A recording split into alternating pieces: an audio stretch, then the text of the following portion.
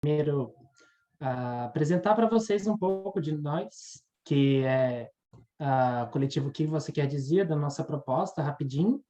Basicamente, a gente é um grupo de alunos da UFOP, tanto de artes cênicas bacharel e licenciatura, até de música, que se juntou para falar das nossas inquietações, questões de gênero, raça, das lutas sociais. E a gente costuma trabalhar de diversas frentes, desde espetáculos, apresentações, instalações e, como temos a galera da licenciatura, nada mais justo que a gente falar da educação, tanto que a gente tem um eixo só para falar disso hoje em dia, que é o eixo educação.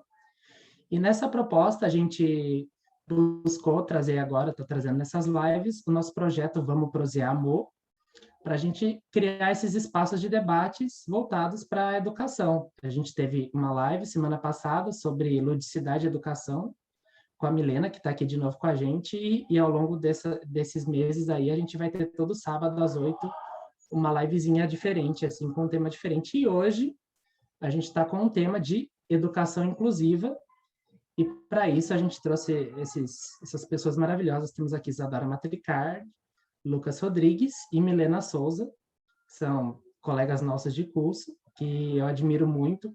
Conheço eles, o Lucas e a Mili são do meu período, a Isa já conheço também de várias matérias, e admiro muito o trabalho deles. E é isso, eu acho que a partir de agora o meu momento é esse. Eu estou aqui na técnica para eles e quero passar a palavra para eles. Agora é com eles. Se apresentem, fiquem à vontade, o espaço é de vocês. Olá, pessoal. Boa noite. Prazer, eu sou Isadora Matricard, para quem não me conhece. Eu curso Artes Cênicas Licenciatura. Eu entrei no bacharel, mas acabei mudando. Sou atual residente no projeto de Programa de Residência Pedagógica da UFOP e ex-bolsista do CIA da Gente. Além disso, eu pesquiso, né, o teatro inclusivo, a educação inclusiva e o teatro com copos diferenciados. Acredito e espero muito que seja o tema do meu TCC. A gente fez uma conversa, uma reunião antes de estarmos aqui, e a gente fez um combinado que gostaríamos que quem tivesse disposto, quem estivesse, eu acho que só nós, né, estamos com as câmeras ligadas, mas que sentisse a vontade de se autodescrever, a gente acha importante, ainda mais, né, quando se fala de educação inclusiva, de inclusão. Eu sou uma mulher branca, eu tenho cabelos pretos, longos, cheios, 2 mechas agora, né, garotas? E estou em um quarto com a parede branca, 2 armários atrás, sendo um amarelo e um branco, e uma planta, que é também resultado da quarentena. Estou com uma camiseta laranja de botões e um colar. Além disso, tenho um piercing no nariz, sobrancelhas bem marcadas e estou de batom vermelho, acredito. É isso. Agora eu passo a palavra para os meus colegas se apresentarem e vou estar aqui mediando com vocês. Vamos lá, então? Passo a palavra para a Mili. Oi, pessoal, eu sou a Mili, a Milena. Vou começar me autodescrevendo, né? Eu sou uma mulher de 22 anos, tenho 1,73 m, tenho cabelos cacheados, castanho escuro, estou de batom pink também, estou com fone branco. Minha blusa é uma blusa cinza, né? Com uma roda branca, escrito CIA da Gente. E aí, nessa roda, está escrito Arte, Educação e Sociedade. Atrás de mim tem uma parede branca, uma porta branca, uma lousa também branca, uma cadeira vermelha, uma prateleira com livros e alguns violões também. Bom, eu estudo artes cênicas, né, licenciatura, na Universidade Federal de Ouro Preto, junto com o Lucas e a Isadora. Também faço parte do projeto Se é da Gente, né? Estou atuando desde 2018 na instituição APAI, dando aulas de teatro. E sou da companhia Bem TV, né? Para quem estava aqui na semana passada, também trabalho na Bem TV. E a gente vai conversar um pouco, né, sobre a educação inclusiva, sobre acessibilidade que, né, é tema do meu TCC também. Eu trato mais sobre a autonomia, né, das pessoas com deficiência em um espetáculo específico que a gente trabalhou no Festival de Artes que a gente sempre tem na PAI. Mas aí a gente vai conversando e se conhecendo. Vou passar agora a palavra para o Lucas. Boa noite a todos. Meu nome é Lucas Rodrigues. Eu sou um homem branco de 27 anos. Eu tenho um cabelo curto preto, com sobrancelhas pretas e grossas, uma barba preta por fazer. Estou usando uma camiseta cinza. A minha camiseta é igual à da Milena, que é uma camiseta do projeto de extensão, com o emblema do projeto, que é o Cia da Gente. Ao fundo, eu estou dentro do meu quarto, né? E ao fundo tem uma parede branca e do meu lado direito um guarda-roupa. Eu estou no sétimo barra oitavo período de artes cênicas, licenciatura. Também trabalho no Cia da Gente, lá dentro da PAI Ouro Preto, desde abril de 2019. Eu, Mili e Isadora trabalhamos juntos um tempo, né? Hoje a Isadora não está mais no projeto, continuamos eu e Milena, e também tem a Bruna, que é uma aluna de pedagogia, também da UFOP, e trabalha lá com a gente. Como a Mili disse, a gente vai falar um pouquinho, né, sobre educação inclusiva, o que isso significa, mais ou menos, tentar bater um papo assim por cima, porque o assunto é extenso, é complexo, é grande, então, né, é só o início de conversa, assim, né, da nossa pequena experiência, assim, lá dentro da APAI. É isso.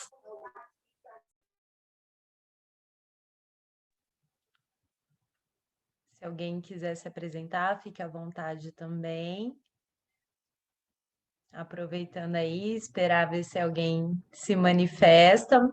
A gente vai abordar vivências nossas dentro da nossa atual situação como estudante. Vale a pena lembrar disso, que somos estudantes, estamos pesquisando, então, não que tenha certo e errado também para sempre, mas vale a pena falar sobre isso, e as nossas vivências, nossos olhares, e, sobretudo, trazer reflexões e questionamentos durante esse tempo, né, de extensionistas.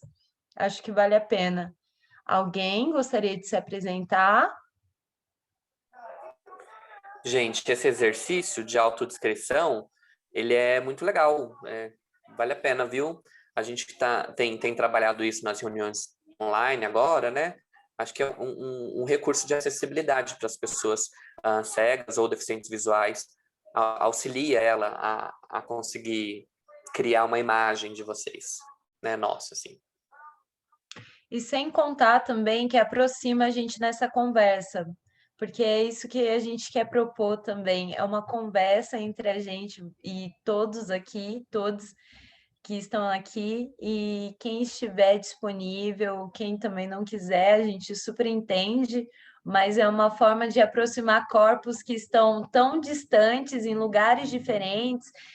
Se vocês se sentirem à vontade também falar onde vocês estão, eu acredito que nós três estamos em Ouro Preto, cada um, né, em suas casas, e é isso. Vou deixar aqui aberto para quem quiser se manifestar, falar alguma.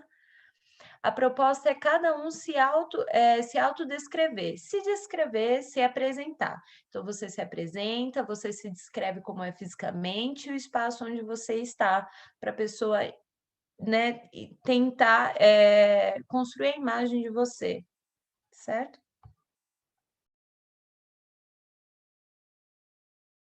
Fica à vontade, Carol.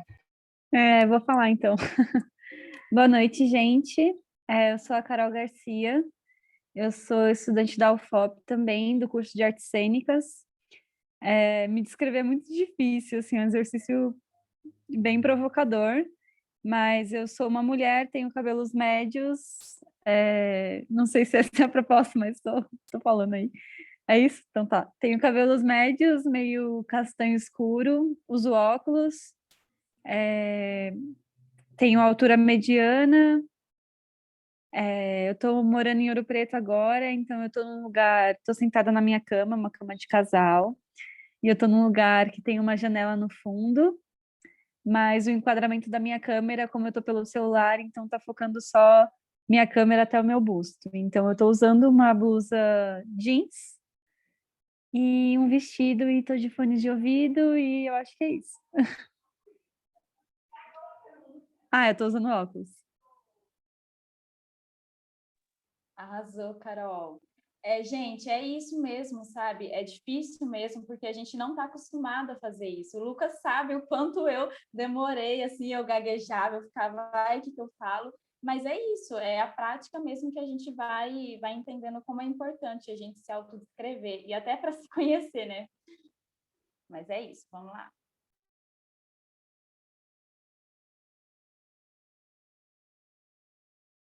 Próximo. Vou começar a chamar pelo nome, tô brincando. Eu vou ir para ver se a galera se anima também nos comentários. Bom, meu nome é Matheus Felipe Marques Pessoa, tenho 1,85 por aí, sou estatura bem alta, cabelo cacheado, escuro, preto, olhos castanho escuro, barba por fazer, graças a Deus a câmera não mostra. Estou de camisa azul escura, calça preta. No meu quarto tem a minha janela, na minha direita tem a minha cama. Estou com meu fone branco, já usado, já gasto. Acho que eu tenho nariz de batata e tenho um queixo um tanto quanto quadrado, que muita gente fala.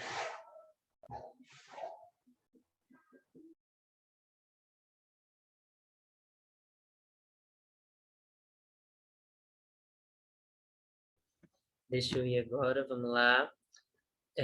Meu nome é Lucas, sou da coletiva. Eu estou na minha casa em Ponte Nova.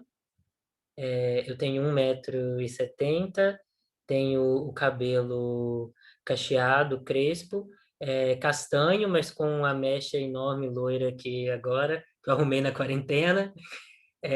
Tô no meu quarto e meu rosto é arredondado, as bochechinhas mais cheinhas, tem covinhas, e acho que é isso. Estou usando uma blusa amarela.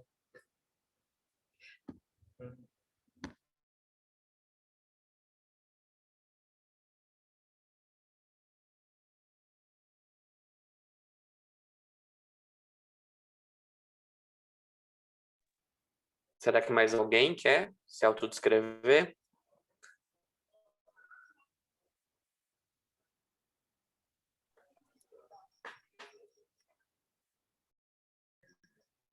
Acho que então a gente pode começar, né, Isa? Acho também. Bom, obrigada para quem se dispôs. Quem não se dispôs, acho que é bacana refletir sobre isso e entender, né, a importância de se autodescrever, que, inclusive, a Mili me mandou uma oficina e eu achei muito interessante quando a oficina ela propõe a seguinte exatamente assim, né? Que você cega ou de baixa visão, os seus olhos para ver, não é essa. A questão é você tá dando o direito dela perceber. Eu até anotei a sua visão. Então, quando você se autodescreve, é exatamente isso. E é muito bacana a gente pensar isso em grandes contextos, né? Vou explicar um pouquinho como que se vai lidar a nossa conversa. Primeiramente, vou apresentar aqui para vocês um curta super interessante e aí a gente vai abrir alguns pontos e abrir a conversa. A Mili vai falar um pouquinho durante um tempo, logo depois o Lucas, e aí a gente vai fazendo alguns paralelos, vai entrando com algumas inquietações e abrir para a conversa. Beleza? Agora, então, eu vou pedir para o Matheus apresentar para a gente o curta, por favor. Se vocês tiverem problema de som ou estiver travando bastante, manda aqui no chat que a gente vai estar de olho, certo?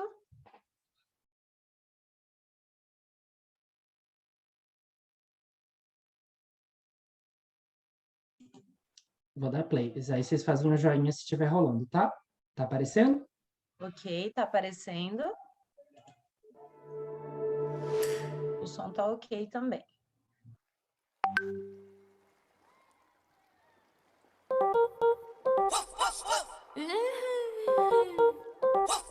Pessoal, muita atenção. Trabalhem junto com os seus parceiros.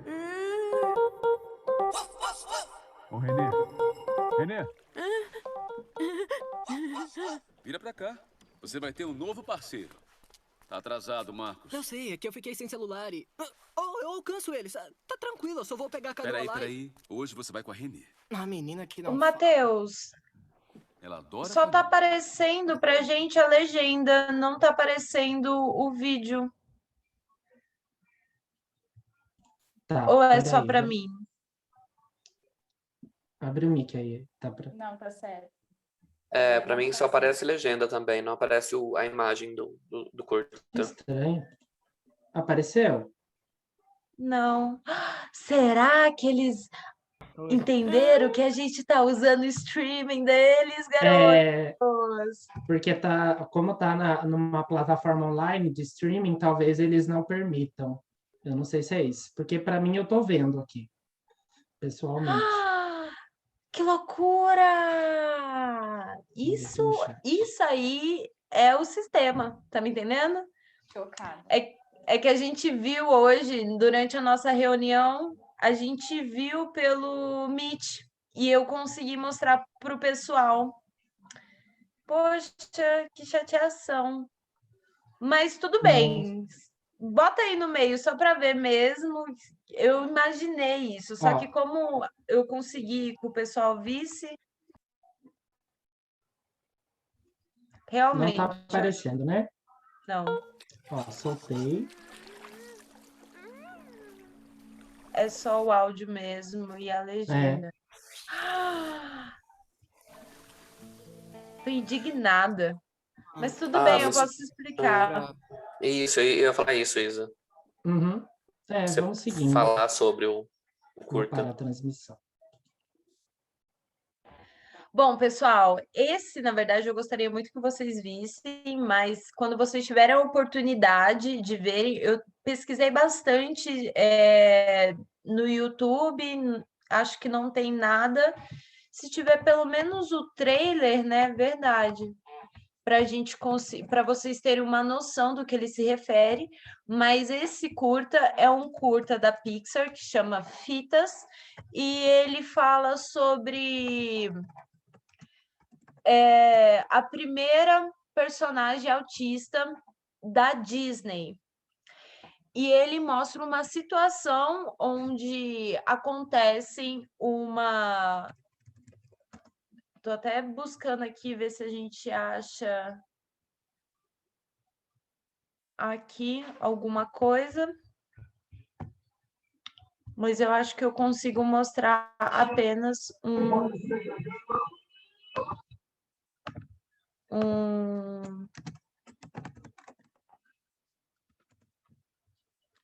Estão falando comigo. Isa, eu te mandei no WhatsApp, tem um link de um trailer de 2 minutos. Eu acho que esse está em inglês. Gente, desculpa, tá? Mas assim, as coisas acontecem aqui agora. Mas eu acho que esse não vai ter. Enfim, se alguém puder ver aí, se tem alguma coisa só para poder mostrar. Mas esse, como eu estava dizendo, esse é um curta que é da primeira personagem com autismo da Pixar. E ele mostra a seguinte situação. É um grupo de canoagem, onde tem várias pessoas com suas duplas indo, né, andar no lago, na canoa. E essa criança autista, que é uma mulher, uma menina, ela está na canoa, ela tem um celular onde ela consegue comunicar o que ela gosta, o que ela não gosta ou o que ela quer, por meio de um sensor. Nisso, pelo que dá a entender, ela já frequenta esse lugar e, entretanto, quem vai com ela não é o professor, é outra criança que o professor pede para levar ela para passear no lago.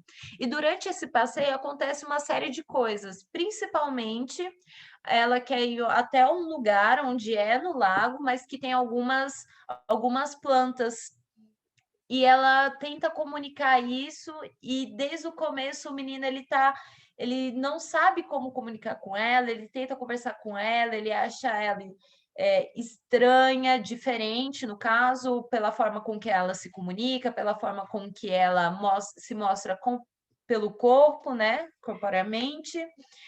E aí ela percebe que esse ponto onde ela quer ir é perto de um banheiro. No celular, ela mostra um cocôzinho assim e fala: eu quero ir naquele lugar, né? E ele leva até lá. Só que quando ela tá chegando perto dessa margem onde tem esse mato, ela passa a mão nesse mato.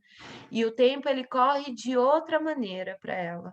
E aí ele pergunta: e aí, você vai lá fazer o que você tem que fazer? Aí ela sinaliza para ela que ela quer voltar, e ele volta novamente, e novamente ela passa a mão em cima desse mato.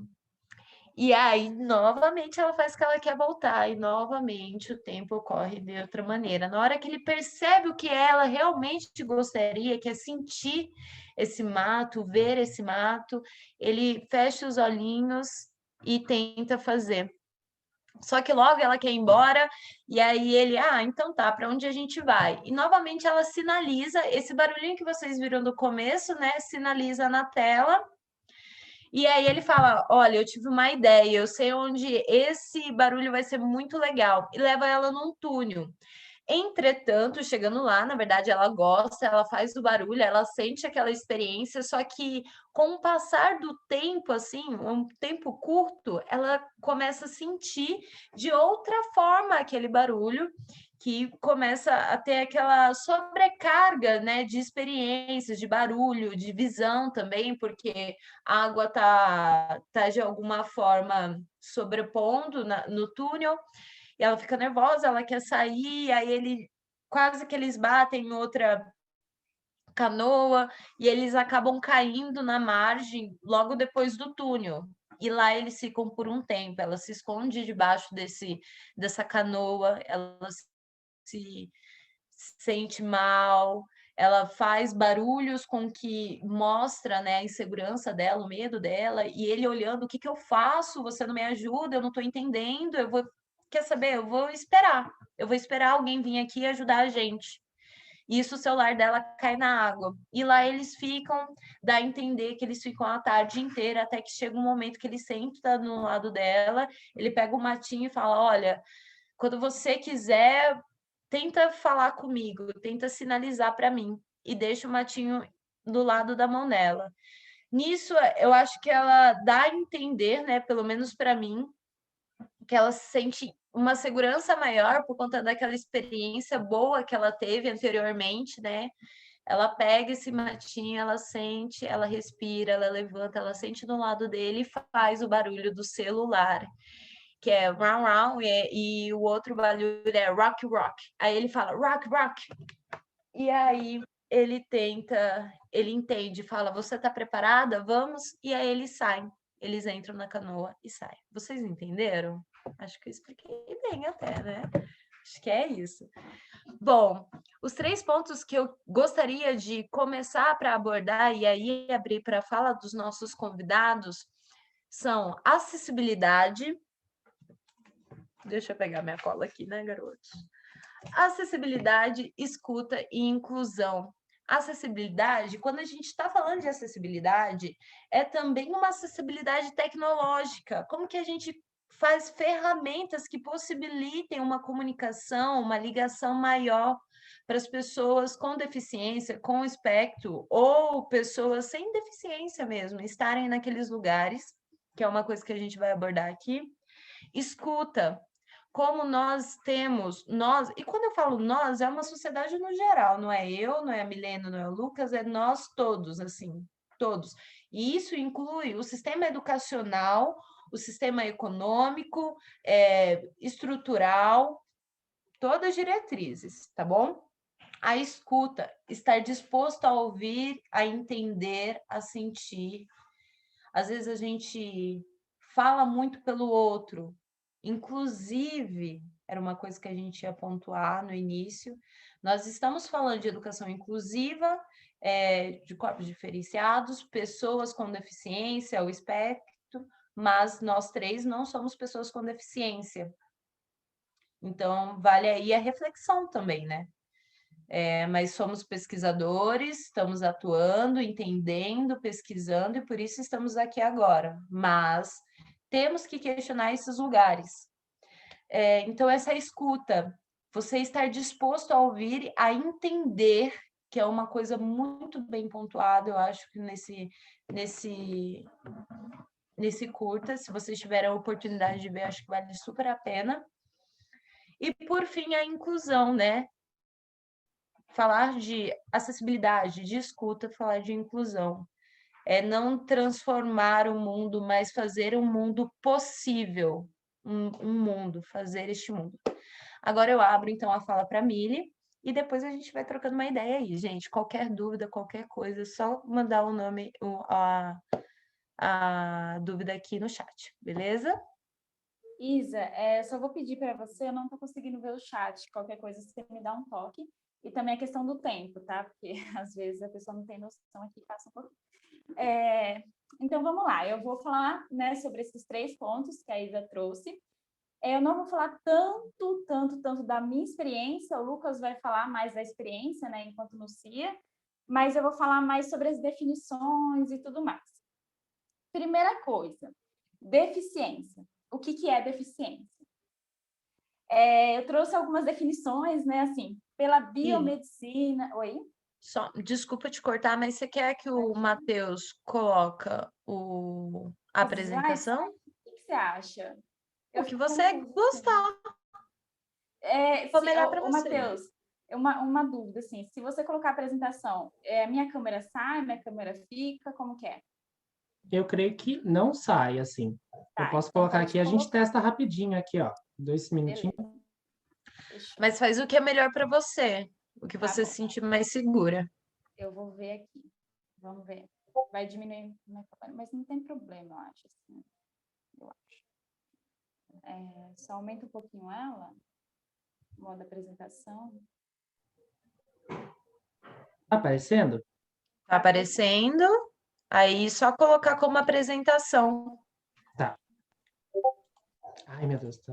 Fechou. Eu acho que até é melhor. Gente, só descrevendo, né? O slide, ele tem um fundo bege, né? Marrom claro, cor de madeira, acho que é isso.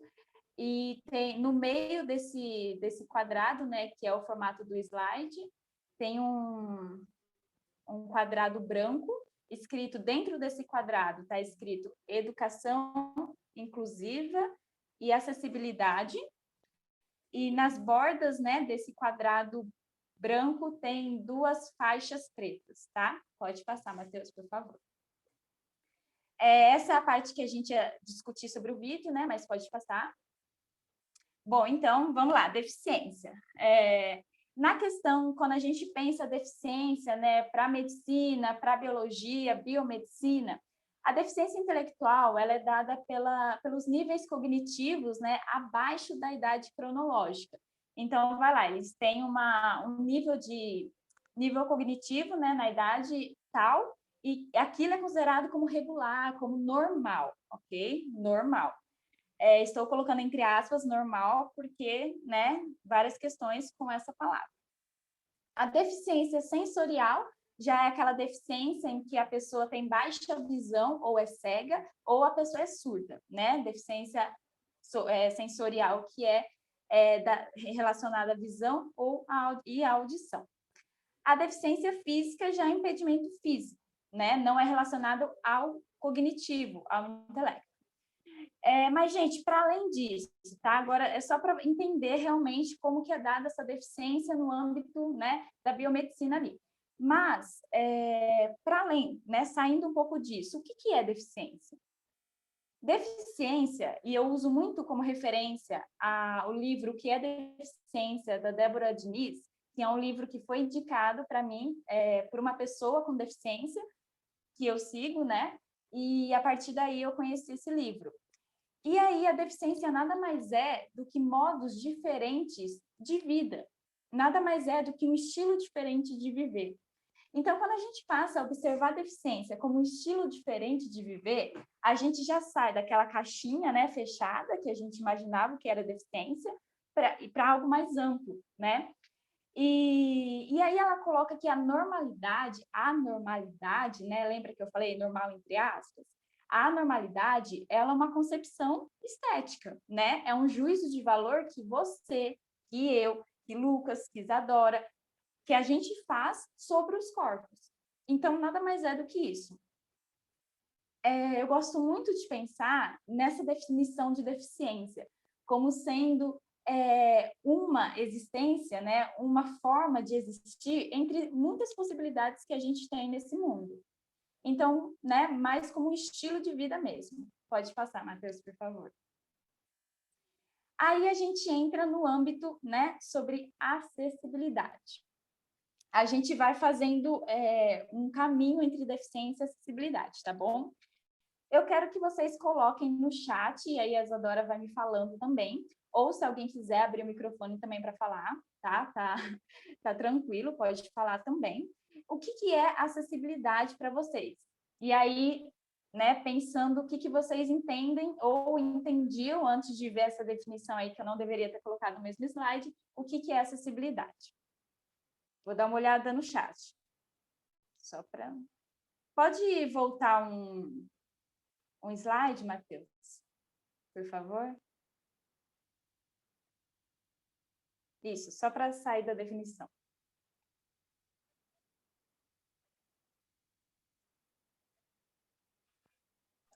Pessoas, vamos interagir. Mandem no chat o que é Vamos lá, acessibilidade para vocês.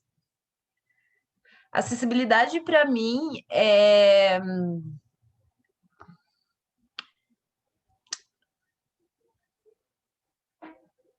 Como que eu explico isso? É brincadeira. É uma palavra. Que uma vem na sua palavra? cabeça quando eu falo acessibilidade? Calma que eu tô pensando na palavra aqui. Ela tá aqui, ó. Acessibilidade é...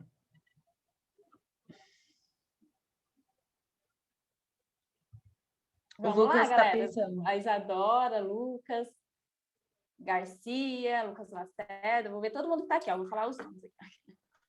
Em uma palavra, acessibilidade? Uma palavra. Não sei se eu consigo em uma palavra, não. Mas acho... Tá certo ou tá errado. Tá. Vai lá. A possibilidade de acesso. Pode ser. Uma frase.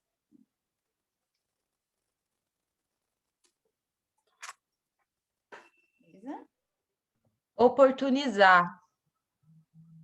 Essa é a palavra. Oportunizar é bom. Reestruturação, vi que o Caio colocou ali.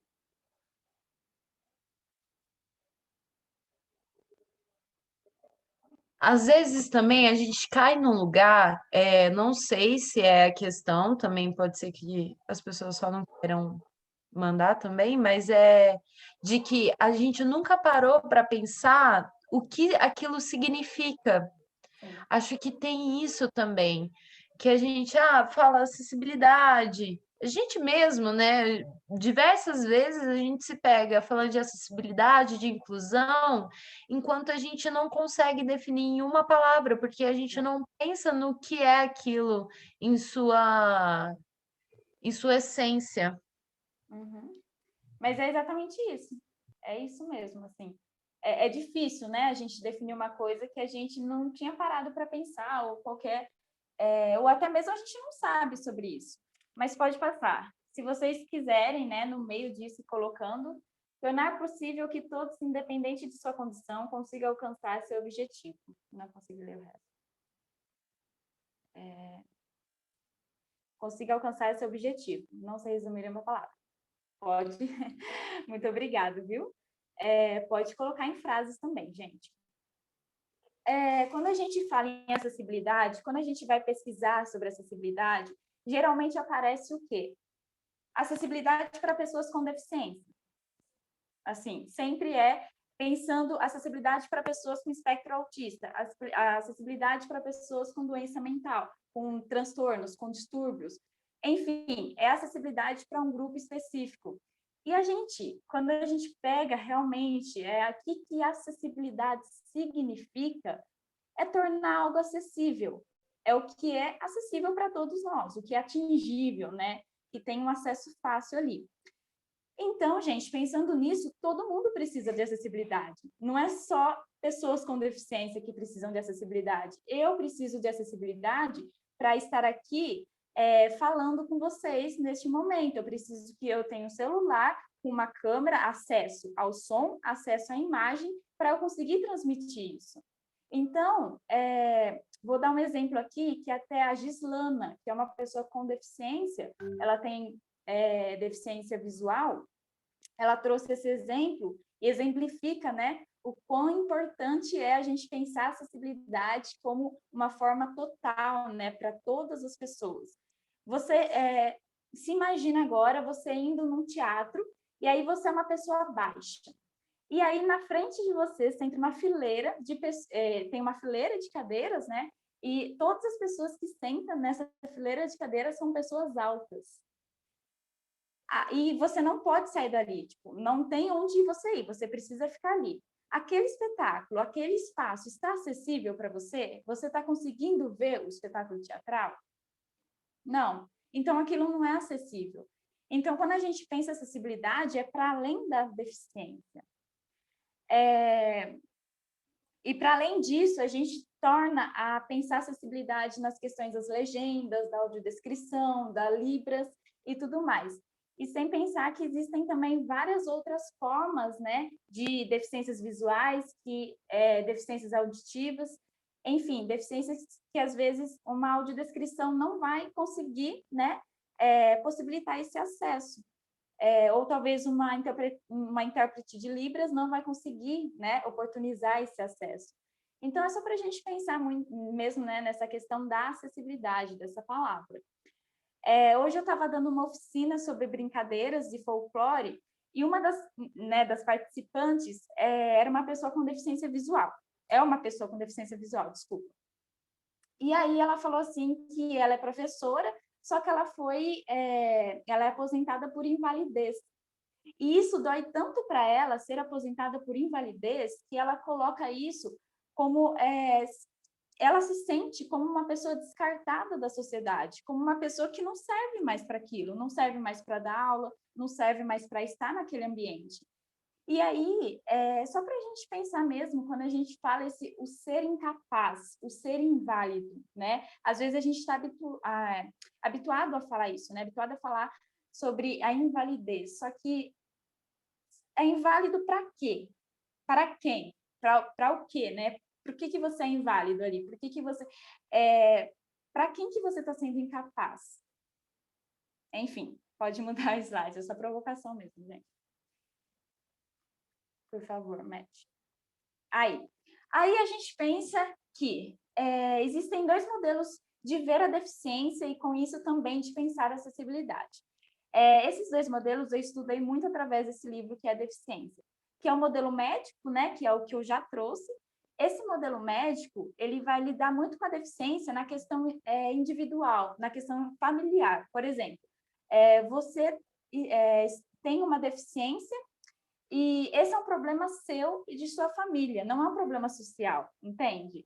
Ele faz com que a deficiência seja uma questão que precisa de cura, precisa de tratamento. E, gente, eu não estou negando esse tratamento, não estou negando cuidados médicos, porque todos nós precisamos de cuidados médicos. Só que só essa visão, né, da biomedicina, ela impede a independência, ela impede a autonomia das pessoas com deficiência. Então, não é apenas essa visão, né, que a gente precisa pensar.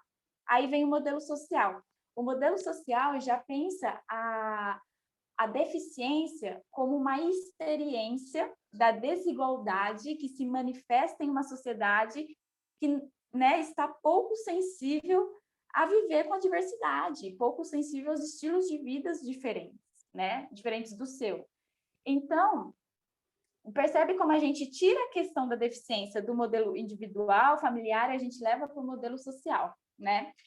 E pensando que esse modelo social de deficiência ele foi criado lá em 1970, 1980, por sociólogos que eram pessoas com deficiência, né? E pensavam sobre essa questão.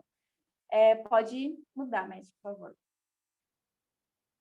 Aí a gente chega na educação inclusiva. Gente, vamos lá. Várias questões sobre a educação inclusiva. Eu trabalho na APAE, o Lucas trabalha na APAE, a Isa já trabalhou na APAE. A APAE, ela não é uma educação inclusiva. A gente trabalha inclusão dentro da APAE, só que a APAE, ela é uma escola específica, né, para pessoas com deficiências intelectuais e múltiplas. Então, a forma como a gente lida com a inclusão lá é totalmente diferente, porque ali a gente apenas só tem pessoas com deficiências, né, intelectuais e múltiplas.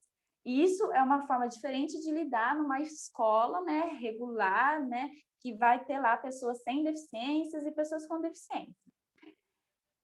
Mas, gente, primeiramente, quando a gente vai pensar a educação inclusiva, é importante que a gente pense ela fora do âmbito escolar. Por quê? Porque se a gente não consegue ser inclusivo aqui, digitalmente, se a gente não consegue ser inclusivo, né, numa roda de conversa, se a gente não pensa essa inclusão total das pessoas que estão com a gente, por que a gente vai pensar uma inclusão no âmbito escolar apenas? Como se a educação estivesse apenas na escola, como se isso fosse um problema apenas, né, da escola. Então, enquanto a gente não aprender a lidar com essa diversidade, a nos esforçar, né, para construir ambientes melhores para todos os tipos de diversidade, para todos os tipos de pessoas, para todos os estilos de vida, a gente vai ter dificuldade de lidar com a educação inclusiva, principalmente. Pode mudar, né, por favor.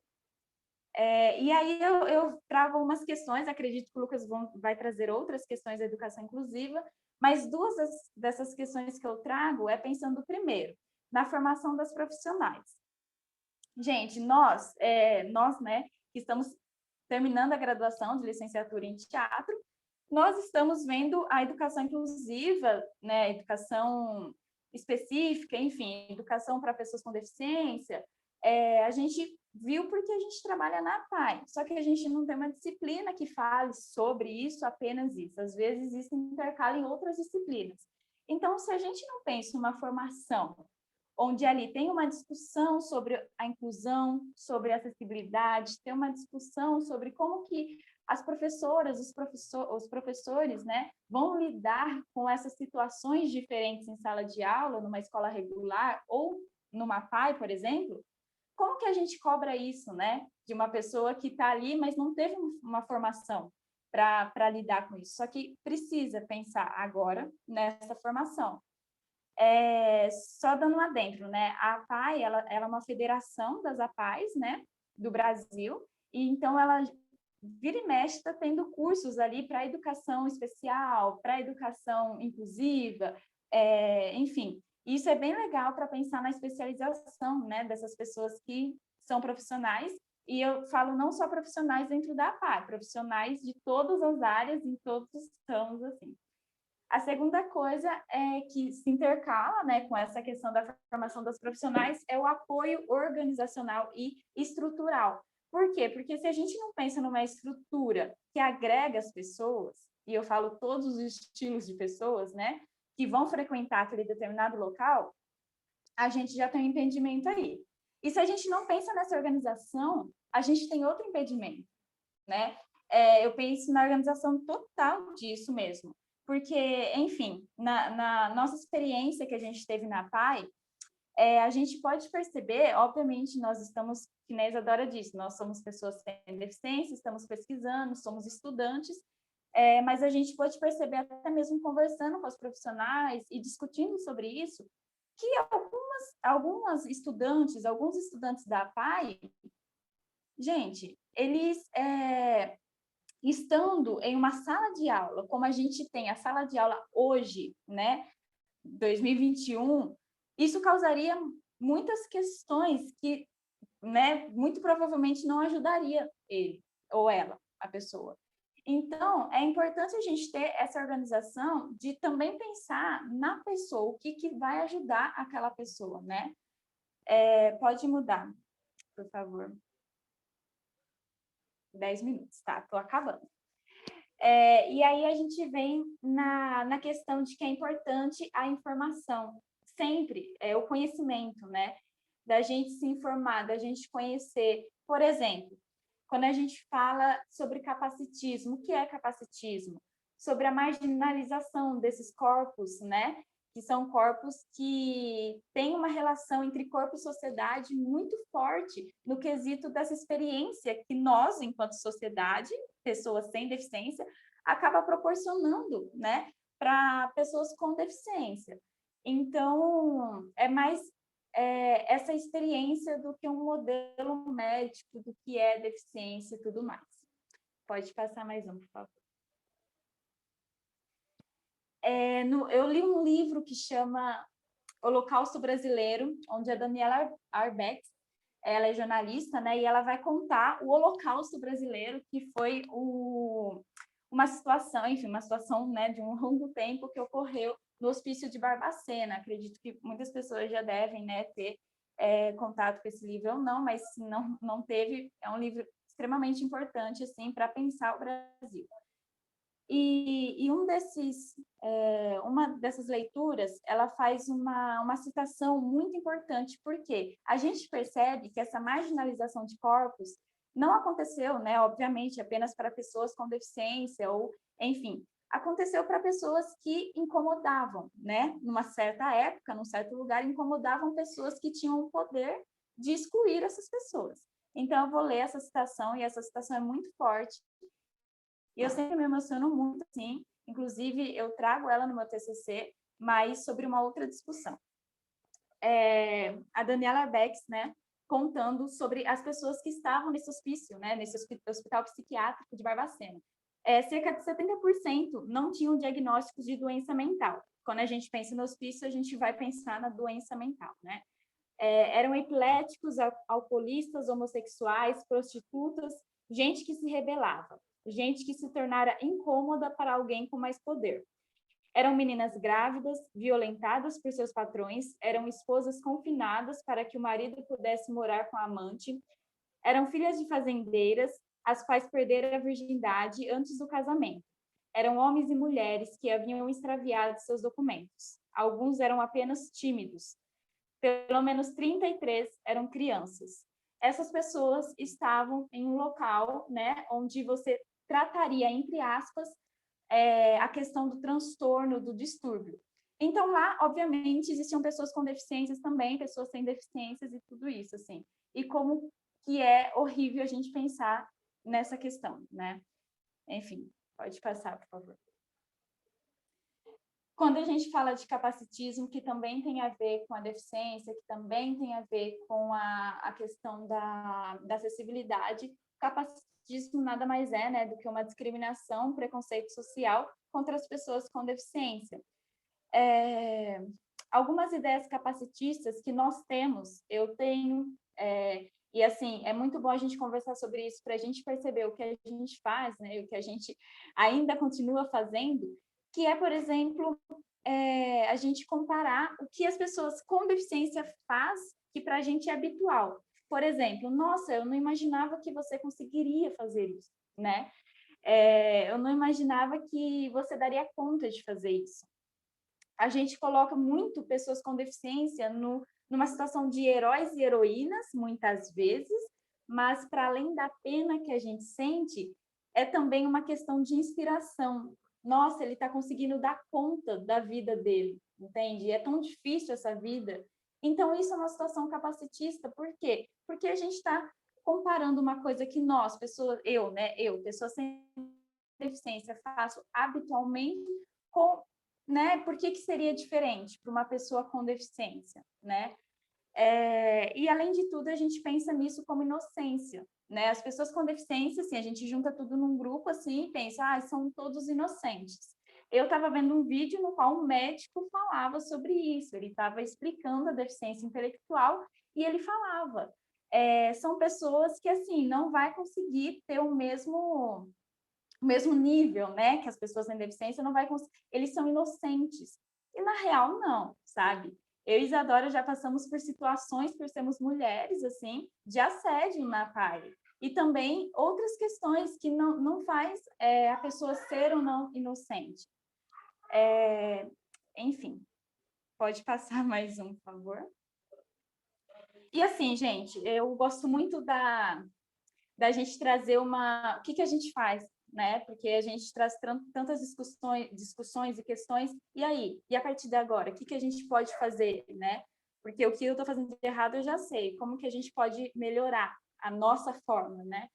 E aí eu trago esse título Esperançar, que é um título que o Paulo Freire utiliza muito, que é sobre você ter esperança, não no sentido de ficar no seu lugar tendo esperança, mas no sentido de você ir, agir, lutar e, né, fazer acontecer, fazer alguma coisa, entrar em ação. Eu acho que alguns pontos que a Isadora trouxe, né, com o curta, que é entender e escutar o que o outro diz, e o que o outro está tentando dizer, não só com a voz, né, com outras formas também, com o corpo, né, com grito, com desespero. O que ele está querendo dizer? Não é fácil, obviamente, né, gente? Mas eu acho que é importante a escuta. A segunda questão, estar disponível para o diferente. Eu assisti esse curta, né, na nossa reunião, e o menino que a Isadora trouxe, ele esteve disponível ali para ajudar a menina que tinha o espectro autista. Então, estar disponível para a diversidade, sabe? Porque nós somos diferentes. Eu sou diferente, a Isadora é diferente, todos nós somos diferentes. Conviver com a diversidade, eu falo assim, desde a primeira infância, desde pequena ali, vamos mostrar o diferente, porque às vezes os desenhos, né, as questões das brincadeiras, vêm sempre com corpos sem deficiência. Vamos mostrar corpos com deficiências também, para as crianças também já conviverem com essa diversidade. A educação inclusiva. Assim, é muito difícil, a gente tem várias discussões, principalmente na psicologia da educação, sobre essa questão da dificuldade que, na realidade, na teoria é muito bonito, mas na prática é outra coisa, né?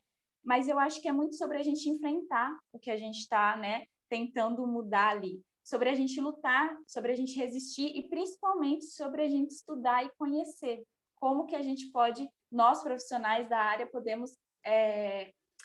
eu não falo nem nessa questão de Salvador, nem nada, Salvadora não, mas na questão de como que a gente pode proporcionar essa acessibilidade para todos os alunos, todos os estudantes. E possibilitar espaços de debates, né, sobre o assunto, onde nós, pessoas sem deficiência, eu falo pessoas sem deficiência, tem o privilégio de estar, como aqui, como numa universidade. Então, vamos debater sobre isso, né? E aí eu trago uma frase, assim, que é importante que a gente constrói juntos pontes para melhorar as condições das diversas possibilidades de existências, né, que a gente tem neste mundo. Acho que é isso, pode passar, só para ver se encerrou. Obrigada, aquele final de slide bem, né, clichê, mas é isso, obrigada. Eu sou sua fã, Milena. É bom ser fã de quem a gente gosta, a verdade é essa. Mas, enfim, eu fiz vários pontos, mas, assim, acho que a gente podia abrir para o Lucas e depois interrelacionar, né, as questões, talvez. Pode ser, então. Eu sei que a gente tinha falado de 25 minutos, mas estendi para 30, porque a gente também, né? A gente acaba. Mas é isso, tá, Lucas? 30 minutos começa agora. Pontual. Beleza. Vocês estão me ouvindo direitinho? Certo? Com o meu microfone? Tá. Mili falou um pouco aí sobre educação inclusiva e educação especial, né? Como ela disse, a PAI, ela trata de uma escola especial, ou seja, os alunos de lá são pessoas com alguma deficiência intelectual ou múltipla. Só que a gente vive num país e numa estrutura, assim, educacional muito difícil. Então, às vezes a gente vai ter alunos com problemas de aprendizado. E isso não significa que este aluno tem algum tipo de deficiência ou transtorno. E muitas das vezes ele é encaminhado para PAI. Por exemplo, um aluno surdo. Um aluno surdo, ele tem a sua cognição perfeita, né? O que ele não tem é a audição, ele vai se comunicar através de gestos e da visualidade, né? Então, o espaço dele não é ali na PAI, não era ali que ele deveria estar estudando, né? Ele deveria estar estudando numa escola regular ou numa escola bilíngue, né? Que utiliza a Libras, né? Então, a PAI, muito diferente, obviamente, do contexto que a Milena trouxe do hospital, do hospício de Barbacena, mas também é um lugar de depósito, de alunos problema, de alunos que não são, entre muitas aspas, como a Milena colocou aí, né, é sempre importante problematizar o termo normal, mas são alunos que não são normais, são alunos que não seguem a regra, né? E aí, existe um novo decreto do governo atual, que é o decreto 10.502. Depois vocês deem uma olhadinha para ver se é esse número mesmo. E ele vai fazer algumas novas regulamentações sobre a educação especial. Onde ele, nesse decreto, ele coloca com que os pais tenham o poder de escolha, né, de colocar o seu filho ou numa escola especial, específica, ou numa escola regular, né, inclusiva. Só que é visto por muitos autores esse decreto como um regresso. Por quê? A educação inclusiva, uma escola inclusiva, ela é linda na ideia, mas ela é muito difícil. Ela é muito complexa, né? Como é que você vai ter um aluno ali com transtorno do espectro autista, por exemplo, outros 30 alunos que vão fazer muito barulho, e alguns, né, autistas têm dificuldade na audição, quando tem muito barulho, eles ficam agitados, enfim. São pessoas diferentes, e aí como é que vai lidar com esse aluno que é diferente numa escola inclusiva? Então, a gente vai encontrando barreiras. O professor não é formado, o professor não sabe Libras, o professor tem que dar atenção para muito aluno, não consegue dar uma atenção específica para este aluno que precisa, né? Então, a gente vai encontrando barreiras na educação inclusiva, e aí vem o decreto, tipo assim, não funciona mesmo. Então, vamos desistir, vamos voltar para a escola especial. Só que uma educação especial, ela deveria ser complementar. Essa educação especial, ela vai auxiliar esses indivíduos a ter ferramentas de poder assistir uma aula regular, participar da aula regular, né? Mas não é assim que funciona, né? Então, o decreto, eu vejo nesse sentido, e eu vi bastante live, li algumas coisas sobre o decreto, não sou advogado nem nada do tipo, mas eu vejo também como um regresso, de excluir essas pessoas, né? No pequeno documentário aí, na animação, que a Isadora ia trazer pra gente, eu acho que tem uma relação legal ali que seria interessante, que o menino que é neurotípico, vou diferenciar, tá? Neuroatípico seria pessoas com algum tipo de transtorno, como o transtorno do espectro autista, e neurotípicos são pessoas que não têm esse tipo de transtorno. Neurotípico e neuroatípico.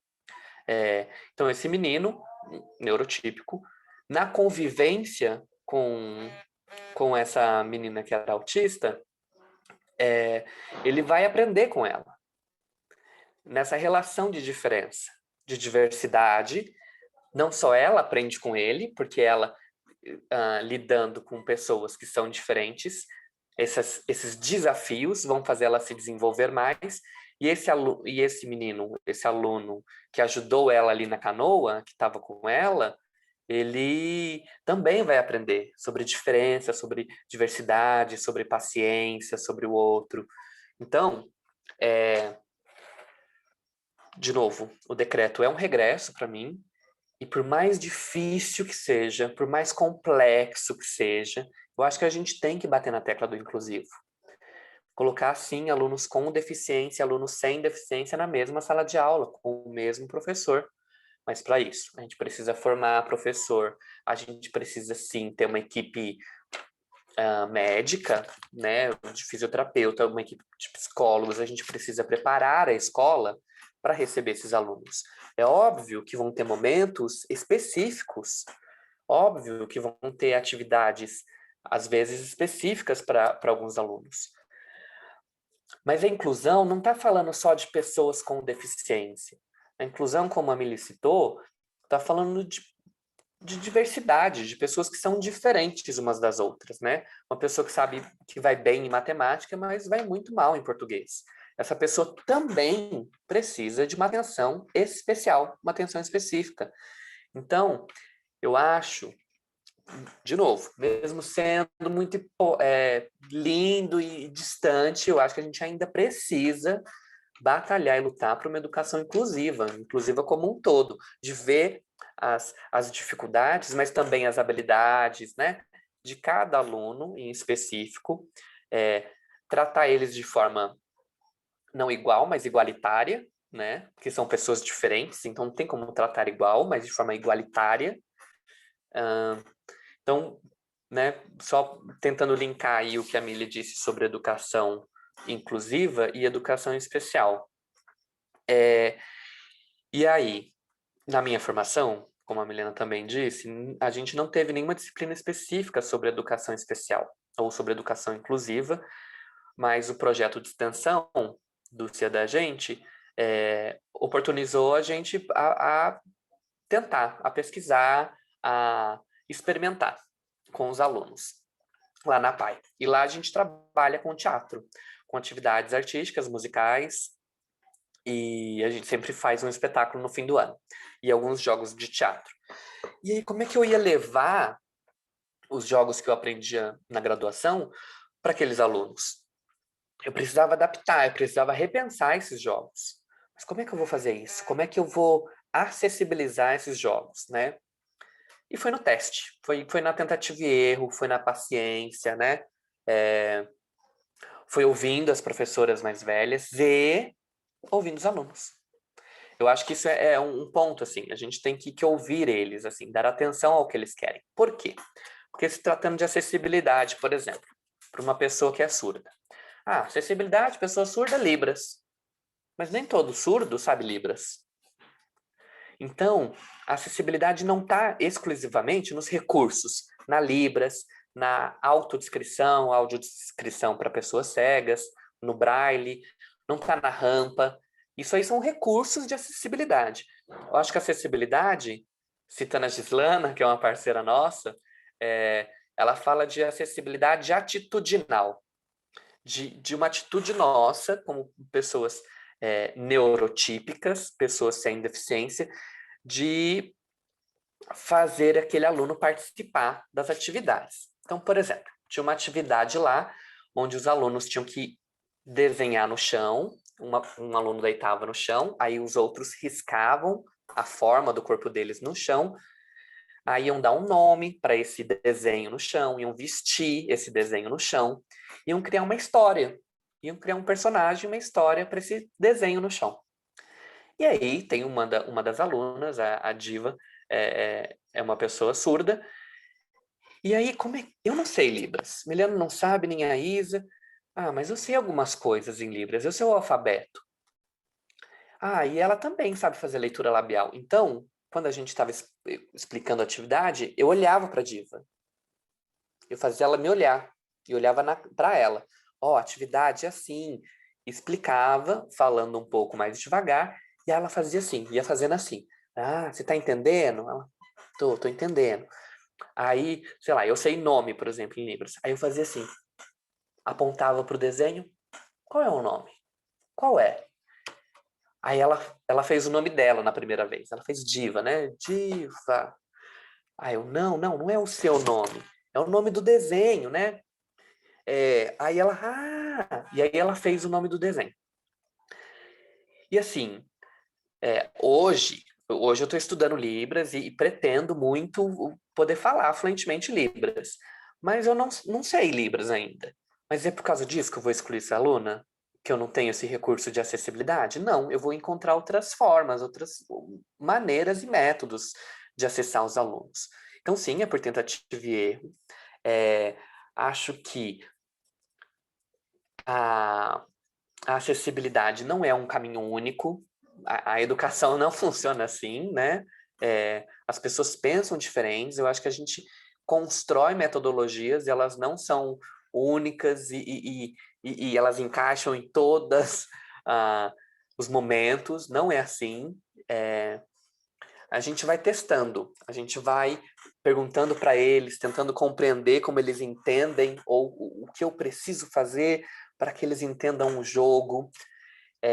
Tinha uma outra coisa que era as expectativas que a gente, como professor, cria sobre a atividade, principalmente em artes, que é uma área do sensível, da experiência. Então a gente falava assim, essa atividade vai ser assim, assim, assado, o aluno vai ter que fazer isso, isso, isso. O aluno não fazia isso, isso, isso, fazia outra coisa. Aí a gente parava, mas funcionou. Eu tô fazendo aspas com a mão, tá, gente? Assim, ó. Funcionou, não funcionou. E aí a gente ficava problematizando isso também, né? O que é funcionar no jogo teatral? O que é dar certo? O que é dar errado? Né?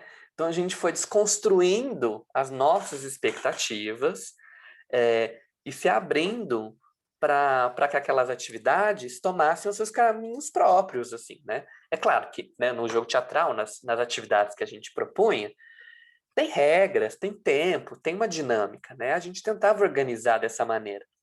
Mas tem coisas que vão fugir do nosso controle. E que bom que fogem, porque as coisas se ampliam, né? Aí, nisso, nesse momento de pandemia, a gente não está lá presencialmente. Abrindo um aspas aqui, isso é um sofrimento terrível para mim, não estar lá presencialmente com eles, lá na PAI. Mas aí eu tirei esse tempo para pensar os jogos que a gente fez. E nos jogos teatrais, tem alguns autores, a Viola Spolin, o Augusto Boal, enfim, tem muita gente que escreve sobre jogos teatrais e práticas teatrais. E aí eu pensei assim, por que eu não... Né, eu vou escrever um fichário de jogos, dos jogos que a gente praticou na PAI, né? E aí eu fiz esse fichário, assim, eu fichei os jogos. Expliquei, o jogo, para jogar esse jogo, a gente vai precisar disso, a gente, né, vai precisar disso, disso, disso. Pensei nos objetivos gerais, os objetivos específicos, descrevi o jogo. E descrevi como ele foi jogado. O jogo é assim, mas foi jogado desse jeito. E aí eu faço uma parte de análise.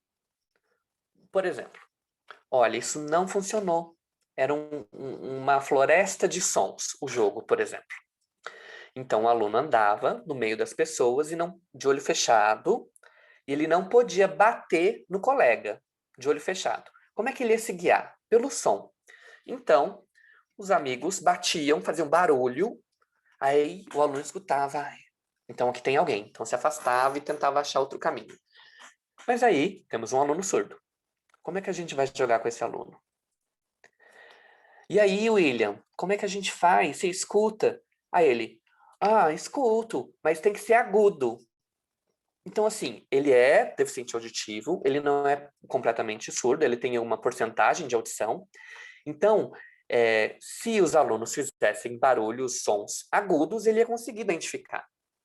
Então, a gente conseguiu incluir um aluno que, teoricamente, de primeira, a gente poderia ter excluído ele. Ele é surdo. Não vamos fazer uma atividade com som. Não, por que não? Pode sim, ele tem né? Isso faz a gente pensar que, mesmo as deficiências, as pessoas são diferentes dentro delas, né? A gente, por exemplo, no espectro autista, tem diversos níveis, tem alguns que têm mais dificuldade de comunicação, outros nem tanto, outros têm mais irritabilidade, outros nem tanto, outros têm muito problema com muito barulho, outros não, outros precisam de um aparato físico, por exemplo, amarrar ou segurar firme, eles, né, gostam dessa segurança, outros não. Então, nesses jogos eu fui analisando, olha, se a gente fizesse desse jeito e não desse, talvez poderia ter sido diferente. Aqui Deixa eu tentar uma outra coisa, um outro exemplo, por exemplo. Um dos jogos, que era um corredor de sensações. Os alunos iam passando e tinham textura no chão de plástico bolha. Aí a outra etapa desse corredor eram os balangandãs em cima. Então, o aluno ia engatinhando, ia sentindo as bolhas. Aí, quando ele passava pela segunda parte do corredor, tinha os balangandãs em cima, e ele podia ter essa sensação visual. E aí, foi meio bagunçado, assim. Por quê? Porque os alunos puxavam, arrancavam. Aí, na minha análise do jogo, o que eu fiz?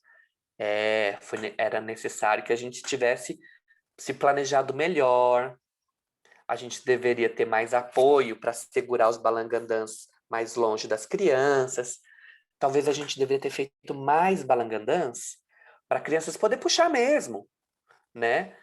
Então, eu fiz esse fichário analisando e tentando colocar dicas assim para as pessoas que forem repetir esses jogos, sempre incluir a maior possibilidade de alunos e que esses alunos participem de forma mais ativa possível. De novo, são todos os alunos que participam de todos os jogos? Não. Todos os jogos funcionaram? De novo, aspas, nesses funcionaram? Não. Então, outra coisa que eu colocava nesse fichário dos jogos era a repetição. Então, é preciso repetir o jogo, é preciso refazer o jogo, né? Era importante para eles entender a dinâmica do jogo, e na repetição isso vai ganhando complexidade, eles vão entendendo mais, né? Então, o projeto de extensão do CIA me ajudou a pensar nesse caminho, nessa profissão de professor, de forma muito ampliada, assim. E eu não sei, né, qual vai ser o meu futuro depois da graduação. Eu não sei se eu vou continuar trabalhando numa educação especial, não sei se eu vou continuar trabalhando com pessoas com deficiência, mas numa sala de aula regular, eu acho que eu vou estar mais aberto a compreender esses alunos na sua individualidade, né? Para além de uma dificuldade, para além de uma deficiência, né? Bem, eu acho que eu falei muito, né? Fui falando. Não sei mais, assim. Deixa eu ver. O que mais eu pensei em falar, compartilhar com vocês sobre minha experiência no CIA. Acho que é um pouco disso, assim, né?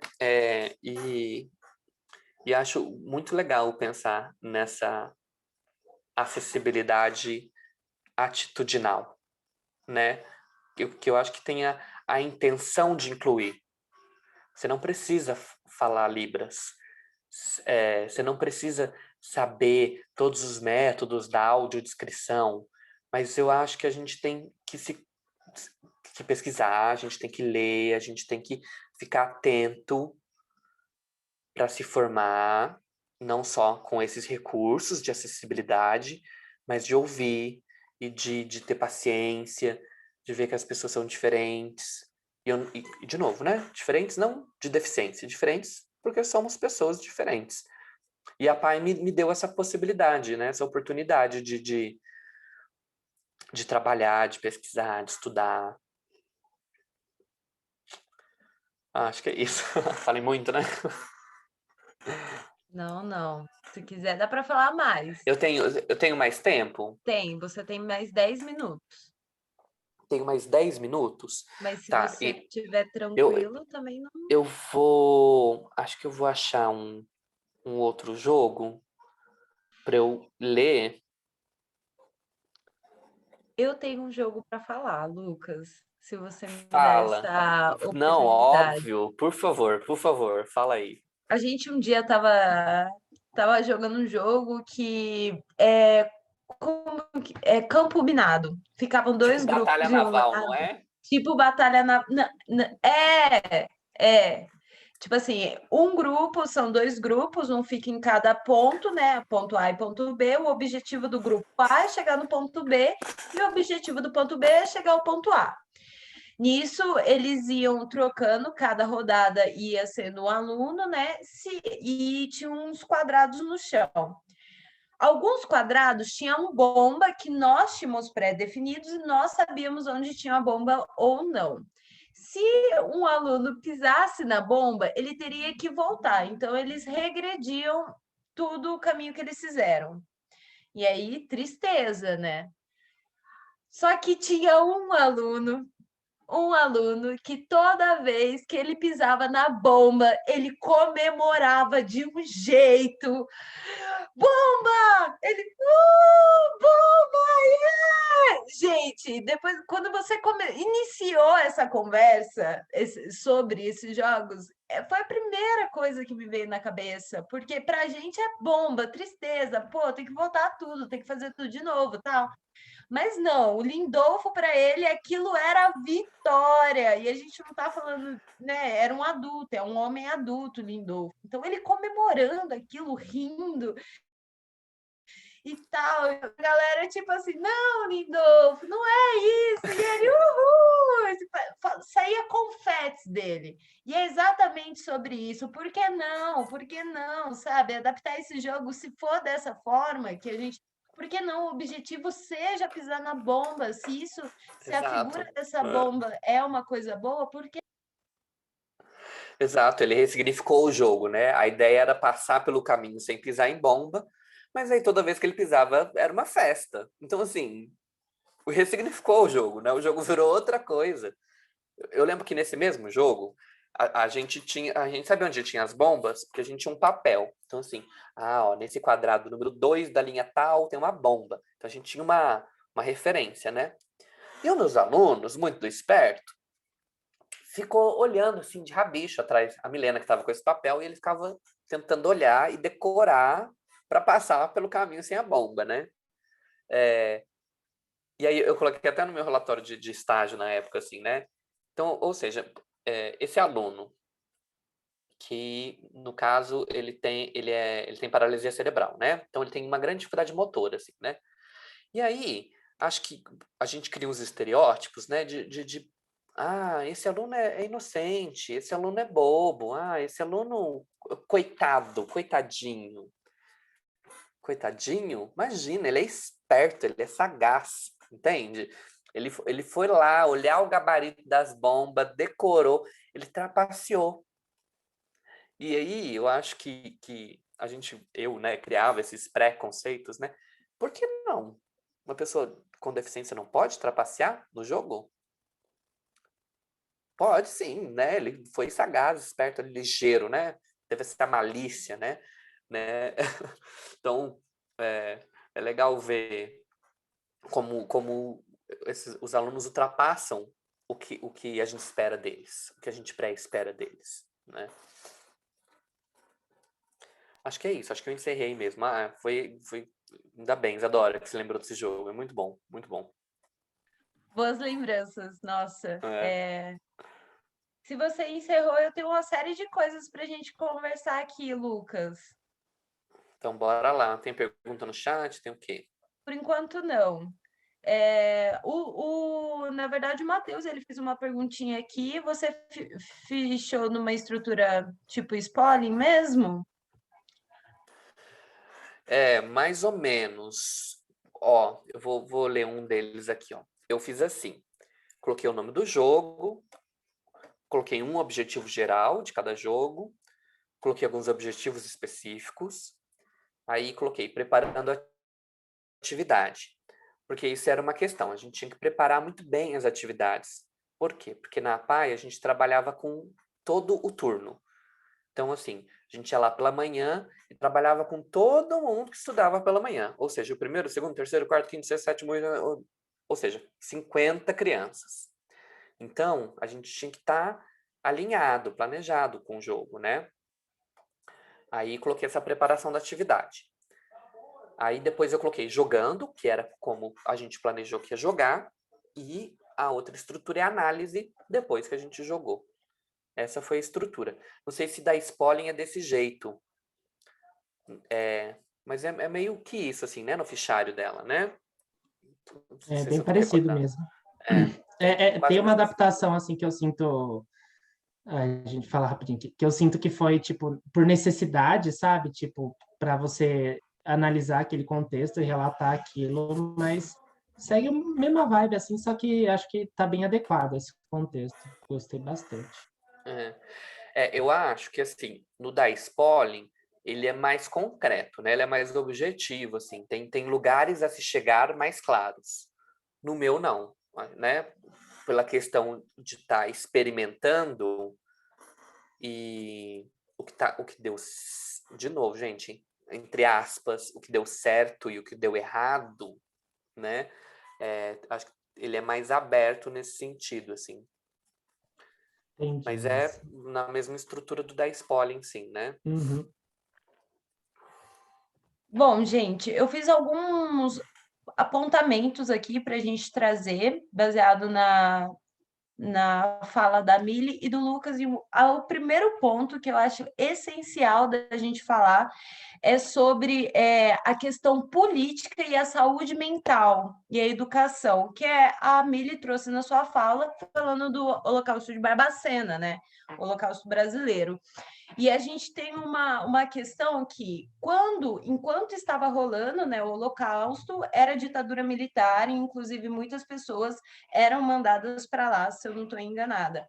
E hoje a gente vê uma questão muito importante de ser debatida, que é esse governo genocida sobre a tentativa de, eu até abri aqui, de encerrar programas de saúde mental no SUS. E a resistência que eu gostaria de pôr, né, sobre as instituições como a PAI. A PAI realmente, ela tem uma série de questões, né, sobre as questões que o Lucas trouxe, de repositório. A gente tem diversos alunos que não precisariam estar lá, é uma questão educacional, mas ela é símbolo de muita resistência. Para quem não conhece, a APAE é a Associação de Pais e Amigos dos Excepcionais. É uma associação que ela se iniciou como uma organização.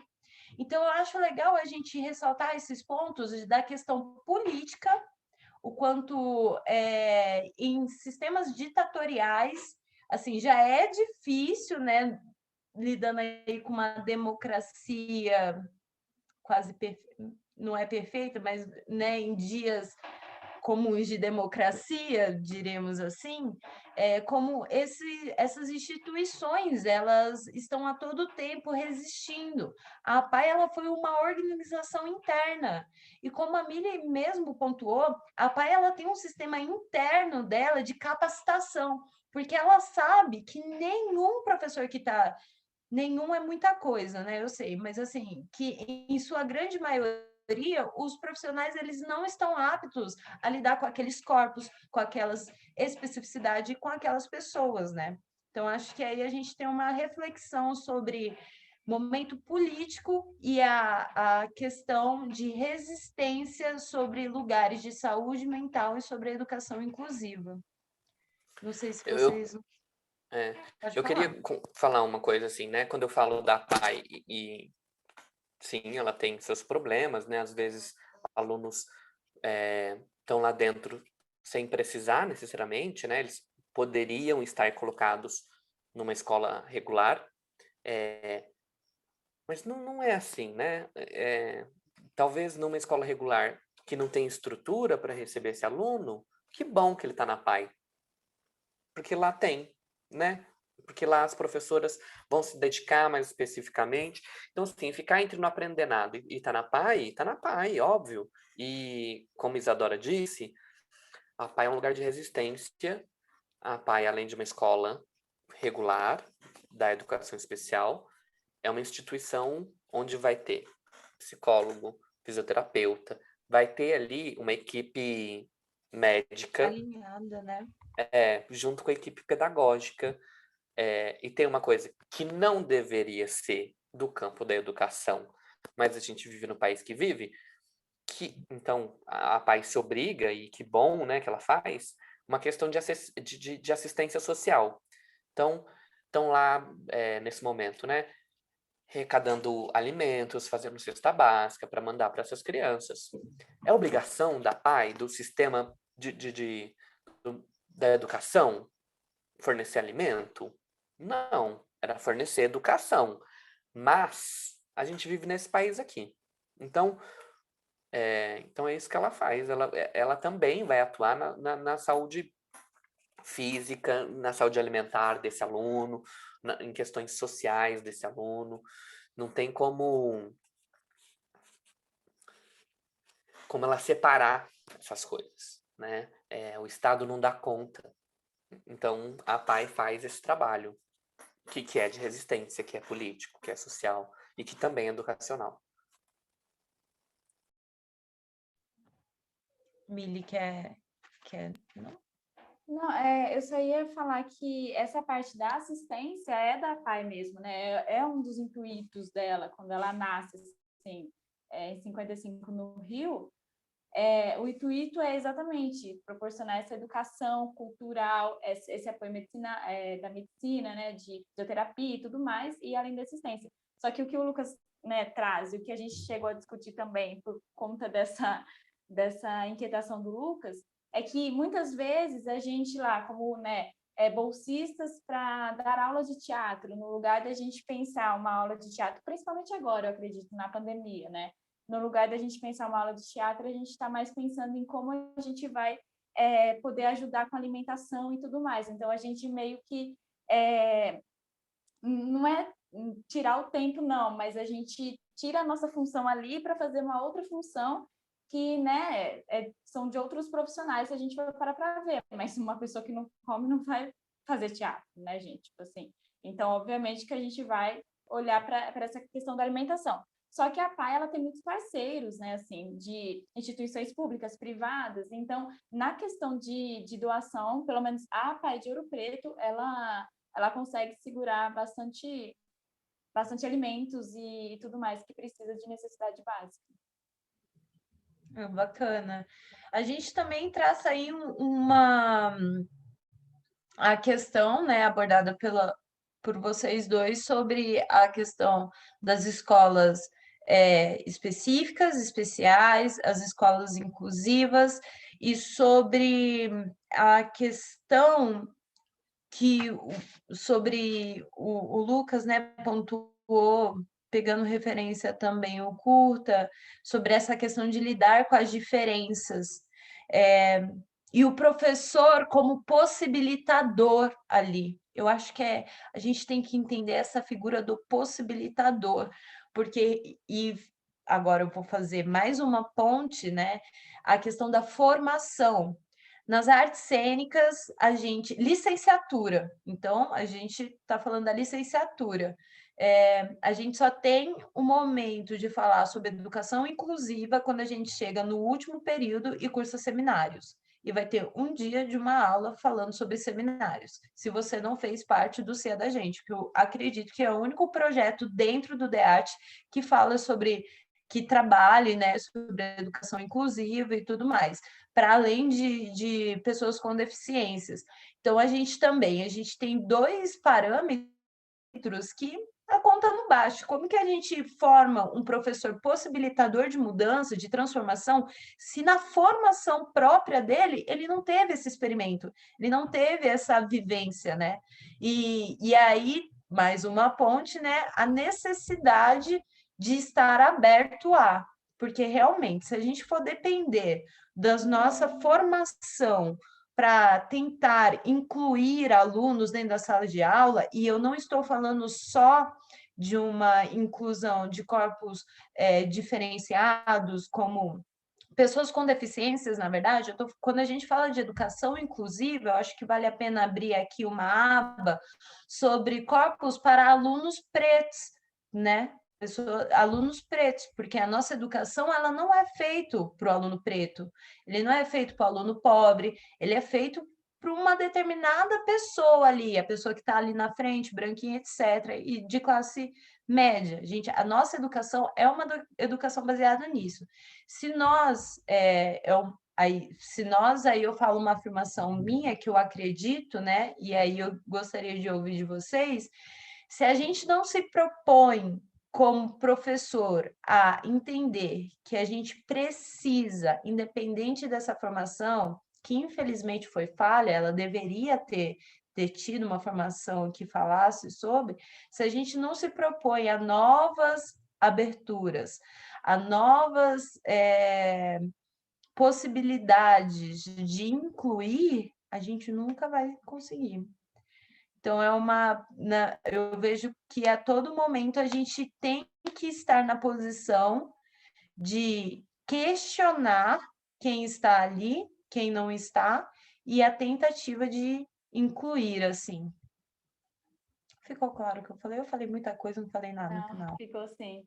Eu acredito também que concordo muito com o que você fala, né, sobre academia, assim, mas eu também acredito nisso numa educação básica, sabe? No lugar de a gente ter aula de inglês, né, a gente ter aula de Libras, né? Porque a nossa língua não é a língua inglês, a língua, né? A gente convive com pessoas que falam a língua em Libras e a gente está tendo aula de inglês, e é no nosso país. Então, eu acredito que isso também vem da educação básica ali. E nunca vi audiodescrição no meu ensino médio, ensino fundamental, nunca tive nem contato com, né, com essas formas de se autodescrever, por isso que eu tenho dificuldade, né? Então, eu acho que também é da academia, também é da educação básica, e também é da questão de valorização do profissional ou da profissional, né? E eu falo até né, no quesito financeiro, assim, porque além do financeiro, também o apoio a pagamento desses cursos, que muitas vezes não são gratuitos também, né? Curso de audiodescrição, enfim, esses cursos. Então, acredito que, né, uma junção de questões ali que tem a ver com o governo também, que tem a ver com a educação básica ali, e também tem a ver com a universidade. Concordo, sim. Mas o que a gente vê é um retrocesso, né? Como eu falei, desse decreto, né? Ao invés da gente estar tentando incluir, fazer funcionar o que hoje não funciona, que é a educação inclusiva, porque sim, ela não funciona, né? Pensando praticamente, hoje ela não funciona. E aí, ao invés de insistir e pensar outras possibilidades, o que vem acontecendo é um retrocesso. Não funciona, então exclui. Põe de ladinho ali, ó.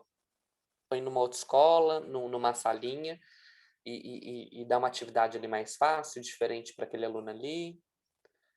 E não era essa a intenção, né? Não era para ser assim, né? E excluir essas crianças, eu falo crianças, adolescentes, de terem a vivência de se conhecerem, né? Conhecer a pessoa que é diferente de você, se torna humano isso. Quando você sabe entender que o outro é diferente de você, que o outro não vem no mesmo lugar do que você, que o outro é tratado diferente porque ele é diferente, ele não está dentro desse padrão de normalidade instituído, né? Quando eu acho que é um projeto, né? É um projeto desvincular esses corpos, é um projeto para desinstituir tudo isso, a diversidade, o respeito, a paciência. Eu vejo isso muito fortemente, sabe? Quando a gente se coloca na situação de eu não vou conhecer o outro porque o outro é diferente de mim, a gente quebra um coletivo. E viver em sociedade é viver em coletivo. Viver com as diferenças é um bem, assim, entender as diferenças. É claro que tudo tem limite, eu não estou falando de desrespeito, eu não estou falando de aceitar tudo que vem do outro também, não é disso do que a gente está falando, mas eu acho que é um projeto, né? Separar esses corpos para que eles não saibam viver entre eles, para que o que está dentro desse padrão de normalidade viva só com pessoas igual a ele e quando vai para o mercado de trabalho continua excluindo o outro. Quando está dentro do lazer, continua excluindo o outro, porque não foi feito, não faz parte do meio social, não faz parte meio escolar não faz parte da vida. Então é mais fácil excluir, né, as minorias aí. Eu também... Tanana. Mais uma questão aqui que eu trouxe, acessibilidade. A questão de acessibilidade, eu lembrei muito, assim, das nossas questões quando fomos no Festival de Inverno do Acessirco. Eu acho que não era de 2019, 2018, quando foi no teatro, na Casa da Ópera, que 2017 foi na Casa da Ópera, 2018 foi, né? Foi em 2017 que os cadeirantes não conseguiam nem ao menos entrar no teatro para apresentar. E eu acho importante a gente falar sobre a questão do espetáculo teatral também da PAI como forma de apresentar, humanizar pessoas mesmo. Porque ali o que é apresentado, e para quem não sabe, a PAI Ouro Preto ela promove, né, um espetáculo teatral anual. Então, todo ano eles apresentam no Festival de Inverno e eles atuam e dançam e cantam e tocam instrumentos e são protagonistas daquela apresentação. É claro que a criação ainda passa por algumas questões, mas assim, eles são os atores e atrizes e é espetacular. Eu acho que fala isso sobre humanizar pessoas, porque quando você está ali, e é a importância de você ir num espetáculo teatral como esse, não só porque, pensar no capacitismo, né? Ai, coitadinho, são pessoas com deficiência, são pessoas da PAI, eu vou lá porque, né? Tadinhos. Não, é por causa que ali tem um valor estético gigante, gigante. E é incrível você estar no meio do processo, você vê do início, lá no início, quando começou os ensaios, até o final, e quando o aluno termina de dar a fala, olhar para você e perguntar: eu fui bem? Tá bom assim? O que eu posso ser melhor, sabe? Todo momento, eu lembro do sorriso, assim, toda vez que o sorriso dava uma fala, ele perguntava: e aí, eu fui bem? Ó, a próxima eu vou ser melhor. Porque o teatro, ele tem essa questão de botar para cima, assim, né? Não sei se é botar para cima, mas ele motiva de certa forma. Tô super motivada agora também. Eu amo, amo, amo, amo. Eu queria passar, inclusive, aqui para as pessoas, né, assistirem esse espetáculo, porque, gente, é maravilhoso. Mas, assim, às vezes eu também fico pensando nessa questão da acessibilidade do centro de convenções, né? Não sei se todo mundo conhece, mas centro de convenções é um espaço em Ouro Preto, aqui, né, que é reservado para apresentações e tem um espaço que tem palco, auditório e tudo mais.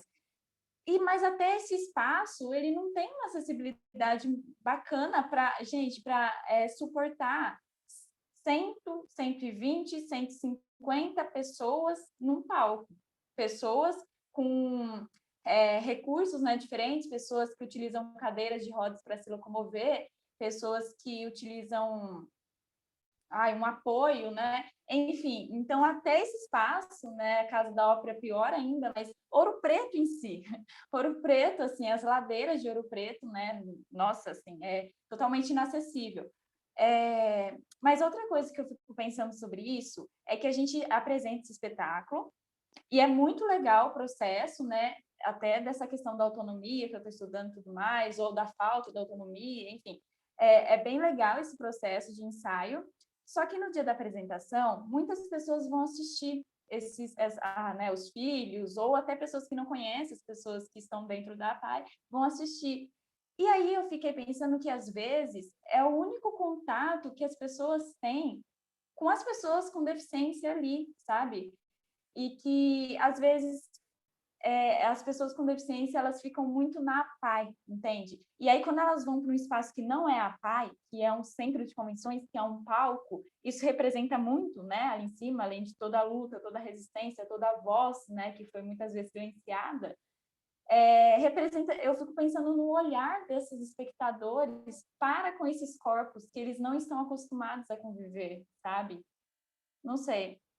E quais que são as impressões, assim, né? E também para além de toda a política que rola, de todas as empresas que apoiam a PAI ali, mas para as pessoas que geralmente que eu encontro e que eu vejo, assim, que falam, nossa, eu assisto o espetáculo da PAI, é muito legal, eu acho incrível, nossa, é legal ver as pessoas fazerem, né, o teatro e tal.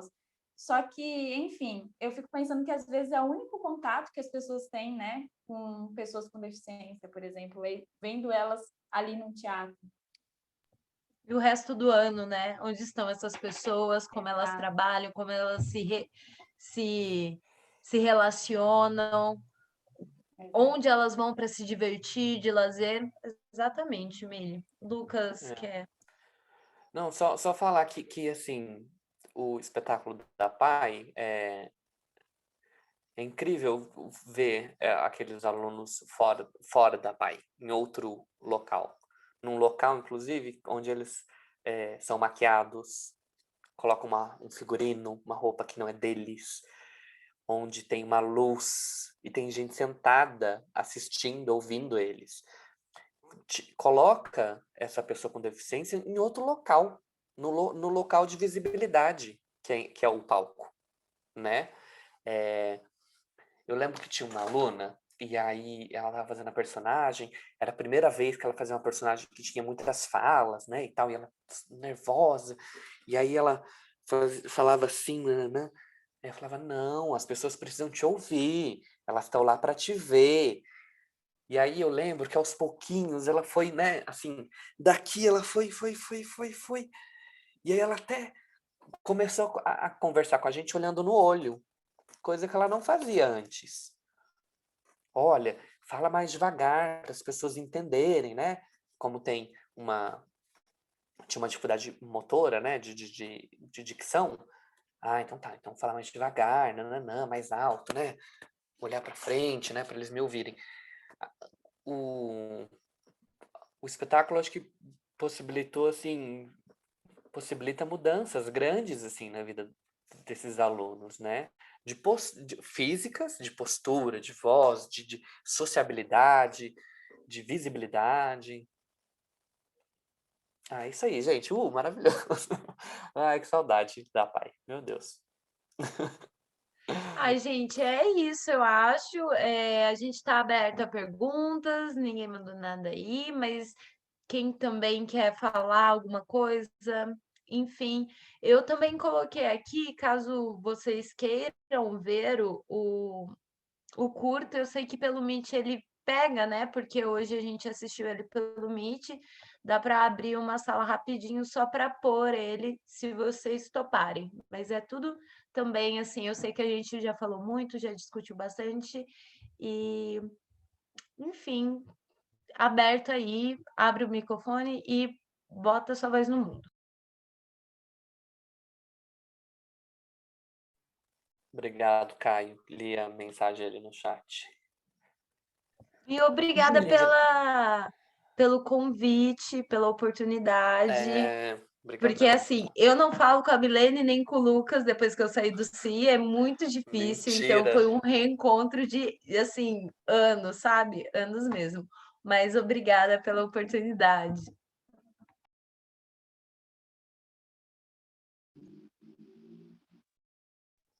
Gente, o curto deve ter no Streamio também, tá? Anota aí, fitas. Fitas? Laços? Fitas? Como é o nome? Fitas. Fitas. É fitas, Isa?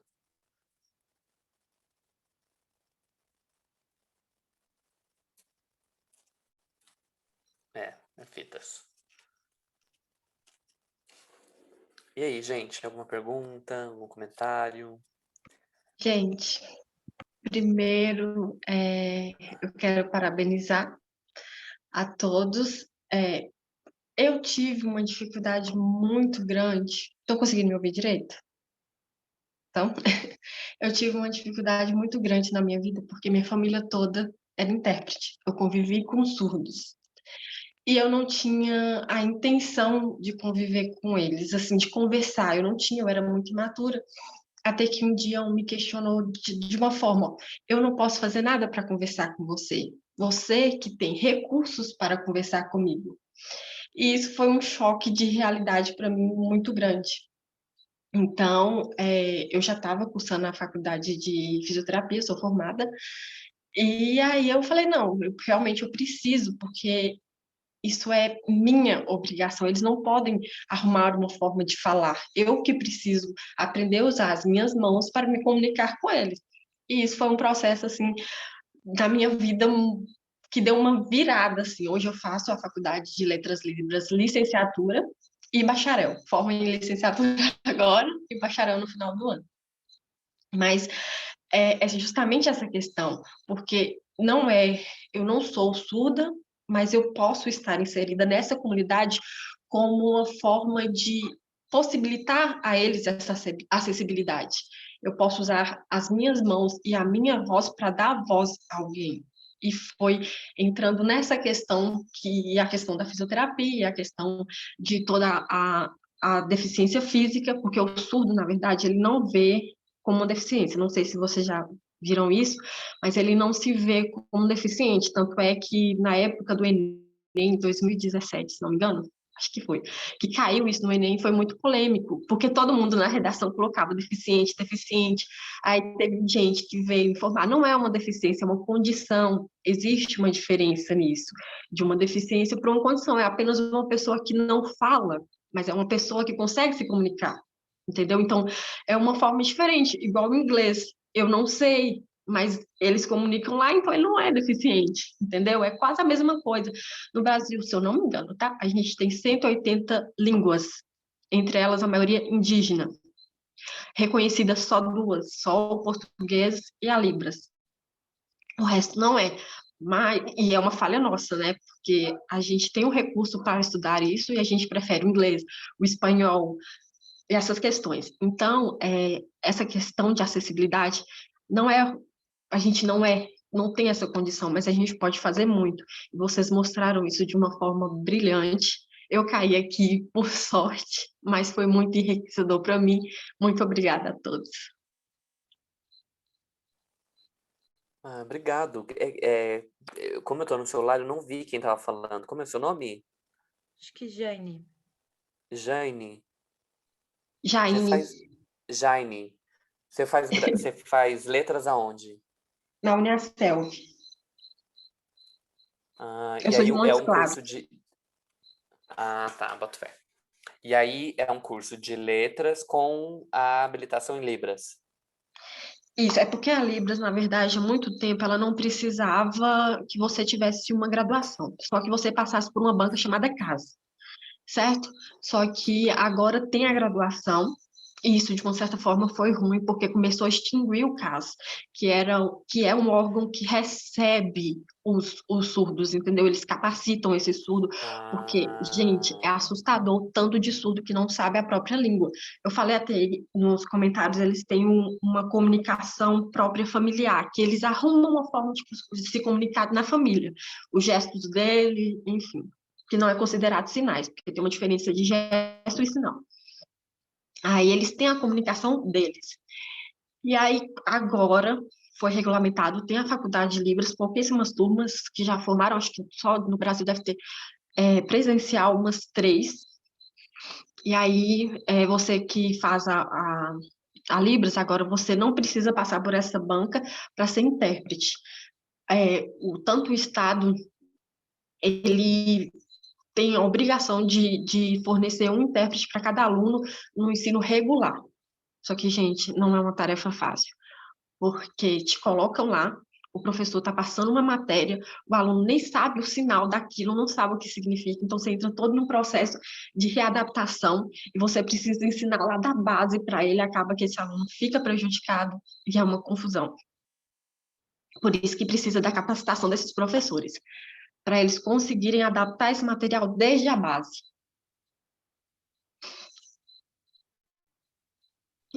Eu acho que assim, o que você falou, por exemplo, é uma das questões da educação inclusiva, né? precisa que esse aluno tenha um acompanhamento específico, particular, especial, né, usando o termo aí, né, de acompanhamento de ensinar Libras, né, que deveria ser a primeira língua desse aluno, para que ele possa ter recurso de assistir a aula com os outros colegas, né, com os outros colegas não surdos. Mas não tem. Tem as salas de recurso onde esse aluno vai para ele aprender. Só que nesse tempo, esse aluno ele está passando de ano, porque ele tem que ser aprovado. Não sei se vocês sabem, ele tem que ser aprovado. Então, ele está passando sem o conhecimento da base, ele está aprendendo lá o alfabeto manual, o ABC, enquanto a professora está ensinando ciência. Como é que você vai explicar ciência para esse aluno que está aprendendo o ABC? Não tem como. Vai precisar do recurso da Libras primeiro, né? Deveria ser a língua materna. Bom, muito obrigada pela contribuição, Jaine. E eu queria agradecer, então, a presença de todos, da Mili, do Lucas, que toparam também. E é isso, espero que vocês tenham gostado, que vocês tenham se sentido bem em estarem aqui conosco nesse sabadão. E é isso. Muito obrigada. Eu vou agradecer também, gente. Agradece, gente. É hora de agradecer. Hora de agradecer. Obrigada, final do slide, né? É isso, assim, a presença de todo mundo. Esse é um assunto muito necessário, assim, e é muito legal que vocês estão aqui, né? Sábado, 8 horas da noite, 10 horas da noite, para escutar e também para participar. Obrigado mesmo. Obrigado pelo convite à coletiva. Obrigado, obrigado. Foi muito legal, assim, de ter gente aqui ouvindo estudantes, né? A gente não é profissional da área, né? Não tem um diplominha ainda. Que bom que vocês estão aqui ouvindo a nossa experiência e tal. Fico feliz. Obrigado. Gente, acho que tomar aqui a voz só para agradecer a presença de vocês. Achei. Cara, eu tô, tipo, extasiado até agora com essa fala. É tanta coisa, sabe? É um assunto tão complexo que requer tanta atenção nossa, tanto cuidado. E ouvindo a exposição da Mili, a Mili tem a didática dos slides dela, da apresentação é sensacional, a mediação da Isadora apontando as coisas e a experiência que o Lucas traz foi sem igual, gente, sem igual. Muito grato, assim. Muito obrigado, Jaine, que falou, a todo mundo que assistiu. E essa live vai estar no nosso canal no YouTube, acho que a partir de segunda, lá por terça, vai estar para quem quiser ver. Você que está vendo aí, deixa o like, deixa o comentário. E você que está vendo aí e quer participar, fica atento no Instagram da coletiva, @coletiva_OQVQD. Tudo juntinho, minúsculo, bonitinho. Acompanha o CIA da gente, procura o Lucas no Instagram, procura a Mili, a Isa, conhece o trabalho dessa galera que está muito legal, gente. E aqui eu encerro essa live de hoje. Boa noite a todos.